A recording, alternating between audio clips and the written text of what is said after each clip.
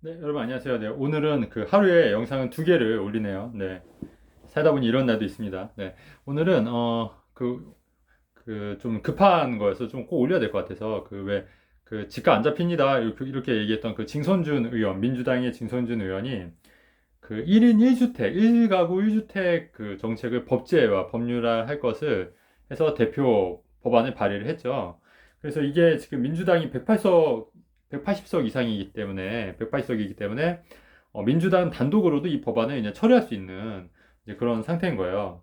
근데 여러분 생각을 해볼게요. 1가구 1주택을 법률화 시킨다, 법제화 시킨다. 자, 그러면 이게 지금 자유주의 국가의 우리나라에서 이게 법안이 발의된다는 거 말 자체가 넌센스이기도 하지만, 여러분, 만약에 이게 정말로 발의가 된다면 어떤 일이 벌어질 거라고 예상을 할까요? 우선은, 이게 그 1가구 1주택만 하게 되면, 아무래도, 위장 이혼이 늘어날 수 있어요. 위장 이혼이. 그렇지 않습니까? 내가 어쩔 수 없이 두 주택을 갖고 있어야 되는데, 뭐, 노부모 부양용이라든가, 혹은 뭐, 다른 목적으로도, 뭐, 2주택이 있을 수도 있잖아요. 근데 그렇게 되면 무조건 1주택으로 강요한다면은, 어, 위장 이혼을 해서라도 이 이주택을 지킬 수밖에 없는 부작용이 있을 수 있고, 실제로 위장 이혼으로 지금 뭐 청약이라든가 이런 거에서 위장 이혼을 해서 또 세금적인 측면에서도 위장 이혼을 하시는 분들도 있습니다. 근데 이런 게 더 늘어날 수 있다는 거죠. 결국 가족 해체. 그러니까 이 사람들을 탓할 수만 없는 거예요. 왜냐면 이 사람들은 자기 이익을 지키기 위해서 어쩔 수 없는 선택을 하는 거죠. 그러니까 이거를 자꾸 규제가 오히려 사람들을 더 안 좋은 걸로 몰아가고 있다. 그러니까 그런 식으로 안 좋게 될 수가 있고, 자, 그 다음에 여러분 1주택만 하게 되면은 건설사들 입장에서는 어떻게 할까요? 이게 건설사들 같은 경우에도 굉장히 그 집을 짓는다는 게, 공급을 한다는 게 굉장히 또 리스크한 면이 있는 거예요. 왜냐면 모든 돈을 투자해서 분양을 했는데 분양이 안 되면 이게 그 기업이 완전히 휘청휘청할 정도로 굉장히 리스크 있는 부분이지 않습니까? 근데 그거를 좀 이렇게 완화해 줄 수 있는 게 투자자들이었던 거예요. 투자자. 그러니까 투자자들이 약간 가수요가 붙으면서 투자자들이 약간 이거를 일반 실수요자를 연결시키는 그런 브릿지 역할을 하는 부분이 있지 않습니까? 근데 이런 투자자가 무조건 1주택만 하게 되면은 건설회사에서 누가 분양을 하고 누가 집을 지려고 하겠습니까? 자, 그렇게 되면은 오히려 공급이 위축이 되고 건설 경기가 안 좋아지고 주택 경기가 안 좋아지기 때문에 오히려 집값이 더 오르고 폭등할 수 있다. 왜냐면 공급이 안 늘어나기 때문에. 그리고 그렇게 건설을 안 하려고 하기 때문에 경제도 굉장히 타격을 입히는 거예요. 자, 그래서 실제로 여러분 그 1가구 1주택 그 정책을 쓰는 나라가 지금 어디예요? 네. 바로 북한이지 않습니까? 북한. 북한 같은 경우에 1가구 1주택을 쓰는데 그거를 굉장히 뭐 좋다고 이렇게 하시는 분들도 있는데, 아니, 절대 그렇지 않지 않습니까? 우리는 지금 자유민주주의 국가에 있는 거고, 북한식 그런 공산주의의 어떤 정책을 따라한다는 거, 사실 1가구 1주택을 법적으로 제한한다는 건 말 그대로 공산주의예요, 공산주의. 사회주의도 아니고 그냥 공산주의.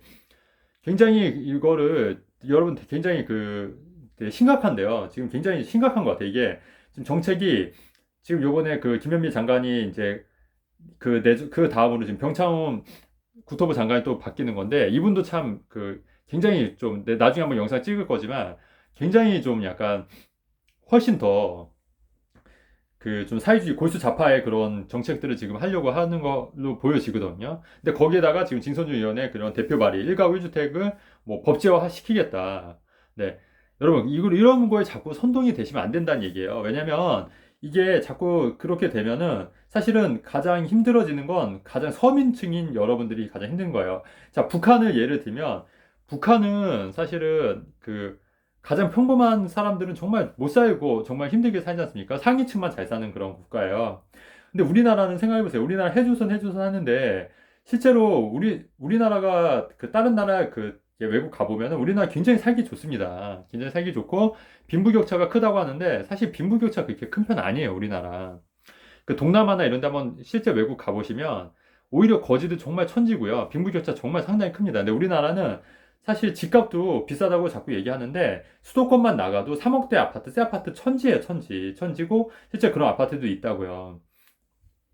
왜 뭐 강남 아파트 막 비싸다고 생각하는지 모르겠어요. 맨하탄 같은 데 가도 비싼 아파트는 비싼 거고 일본 도쿄 가도 비싼 아파트는 비싼 거잖아요. 이 빈부격차가 우리나라가 오히려 더 다른 나라보다 이렇게 줄어드는데 자꾸 해주손 하면서 자꾸 우리나라에 안 좋다 인식을 하면서 자꾸 이상한 정책들을 내놓는데 그런 정책들이 사회주의 정책 혹은 북한에 따라가는 그런 정책들이기 때문에 오히려 그런 정책들로 인해서 굉장히 안 좋아지고 있고 우리나라가 지금 굉장히 지금 자유민주주의 국가에서 사회주의 국가 혹은 공산주의 국가로 가는 어떤 추세에 있지 않겠냐. 좀 개인적으로 좀 그런 상당히 우려가 들기도 하거든요.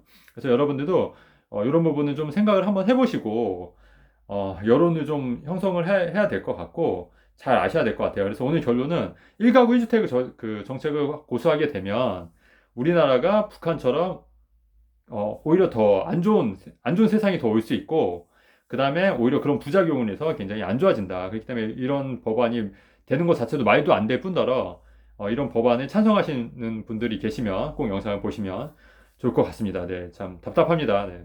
영상의 내용 좋았으면 좋아요, 구독하기 눌러주시면 좋겠습니다. 여러분, 감사합니다.